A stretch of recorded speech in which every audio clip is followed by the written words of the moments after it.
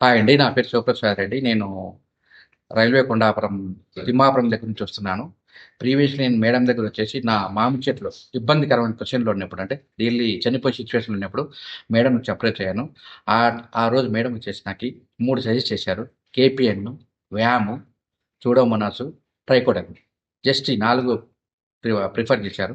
నేను అవి తీసుకెళ్ళి మా తోటలో వాడాను.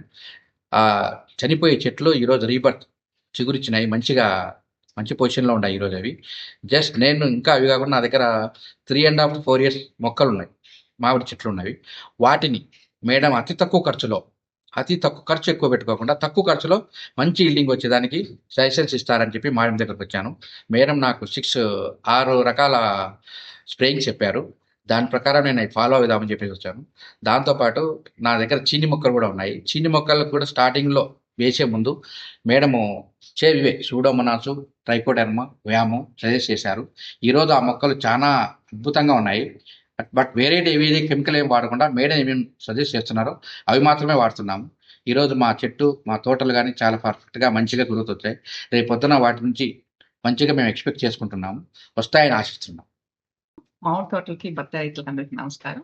ఇప్పుడు సార్ చెప్పినట్టు మీరు కూడా ప్రాక్టీస్ చేయండి. తక్కువ పెట్టుబడికి మీరు అధిక దిగుబడి తెచ్చుకోండి.